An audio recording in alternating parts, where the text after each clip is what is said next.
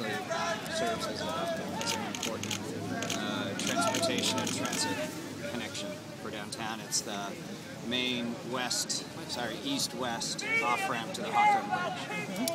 And with the Morrison Bridge, under major maintenance, it's even that much more important. So we're not going to be doing anything. We're not moving anything against the camps, but we are going to maintain Main Street. Are you moving the vehicles? Are you moving the vehicles? The last one is just about to. So you think this is somewhat symbolic of Main Street? Out at this point, the focus is just to open up Main Correct. Street. Today is really about getting the street opened. They were unable to come to a decision on their own in terms of their own position. Some of you were here yesterday when I spoke to them directly that I was going to open the street, and this morning we opened the street.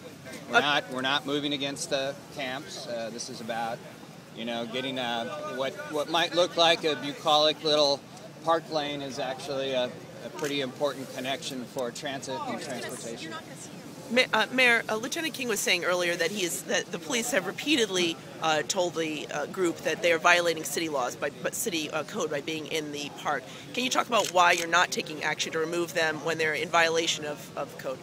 Well, just like when a police officer sees someone, making a traffic moving violation, they have discretion over whether to pull that person over, whether to write them a ticket, a written warning, or verbal warning.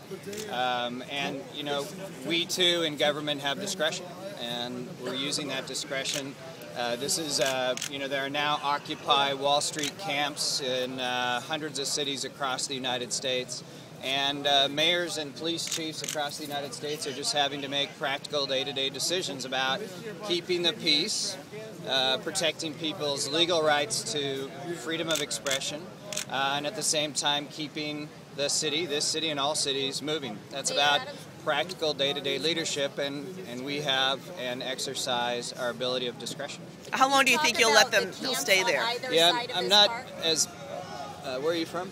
The Oregonian. Yeah, we're not doing what-ifs. Can you talk about what's happening on either side? I know there was some concern that the parks will be next. Is that the case? No. We've been told by police that the parks will remain intact, just opening the road this morning. Is that correct? Yeah, so today is about opening the road. The Occupy camp portions, they'll remain intact. Today is about making sure that vital, might be small, might be modest, but still a very vital transportation link is opened up. And we've the reason I think it's been peaceful is that the police bureau and my office staff has done a lot of outreach and others to make sure that this was peaceful. What about the people being peaceful? A lot of folks in the camps themselves, were supportive of opening the road. The focus of this occupation, is pointing to some very legitimate concerns about growing inequality in this nation. It has nothing to do with blocking a street here in Portland. Mayor, how can you guarantee that the traffic will move safely and that these occupiers will not make their way back into the street?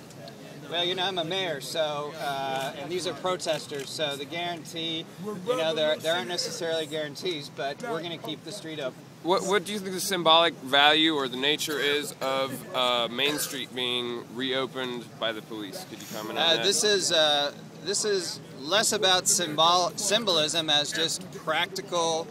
This is a practical effort on our part to keep the city moving. I think we're doing a good job with opening the street of both keeping the city moving and of protecting people's given rights of free speech. Last night they came to a consensus. Well, ironically, we're in the street